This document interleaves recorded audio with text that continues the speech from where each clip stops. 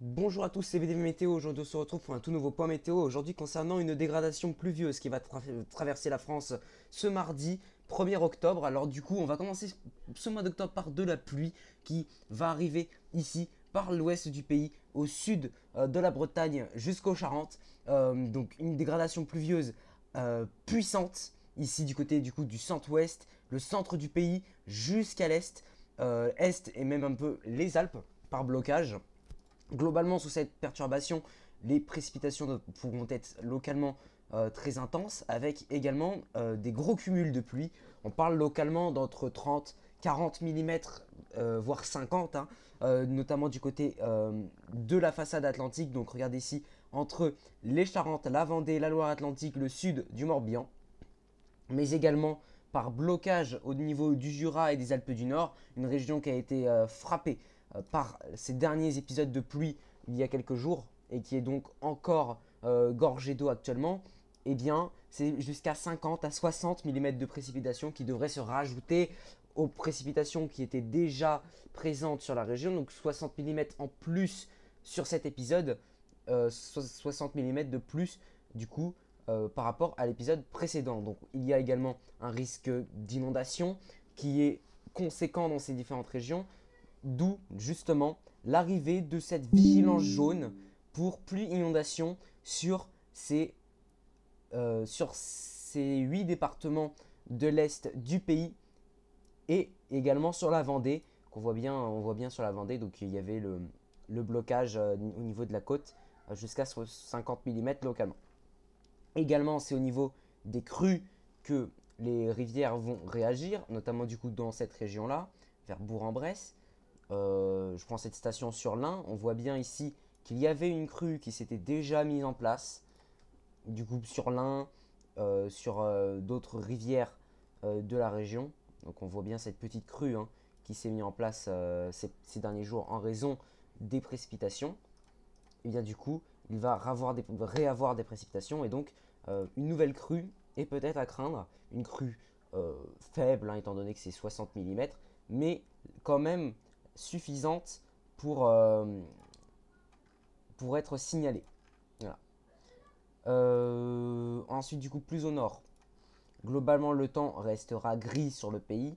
Un temps gris assez nul, ouais, c'est nul du coup pour la partie la plus au nord de cette dégradation. Cela dit, encore plus au nord, le nord-ouest du pays devrait être épargné hein, par le mauvais temps. Quelques petits développements, parfois même un grand soleil. Enfin bref, une ambiance assez estivale si on enlève évidemment les températures qui sont encore 4 à 6 degrés sous les normales euh, pour une fin septembre, début octobre. Et donc ensuite la tendance, nouveau crack froid, on va dire, à l'arrière de cette dégradation, c'est normal.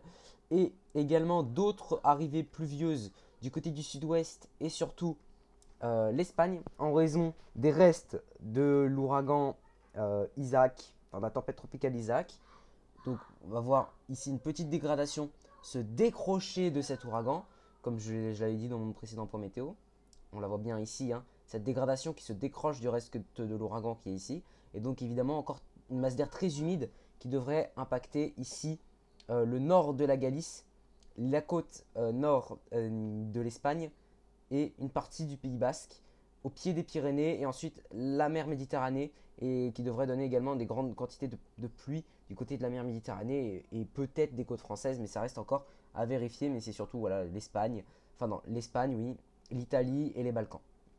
Et ensuite, la grande tendance, eh bien, c'est une semaine un petit peu plus calme qui devrait à nouveau s'ouvrir. Donc une semaine plus calme ici sous l'influence d'un bel anticyclone jusqu'au week-end. À partir de la journée du mercredi, quand la goutte froide sera partie, eh bien, il y a un nouvel anticyclone qui va s'installer. Cela dit, avec un petit flux de nord-est assez frais au début, mais pas encore suffisamment. On n'est pas encore suffisamment dans l'automne, même dans l'hiver, pour qu'il soit froid. Donc pour l'instant, rien à craindre. Cela dit, quelques températures sous les normes.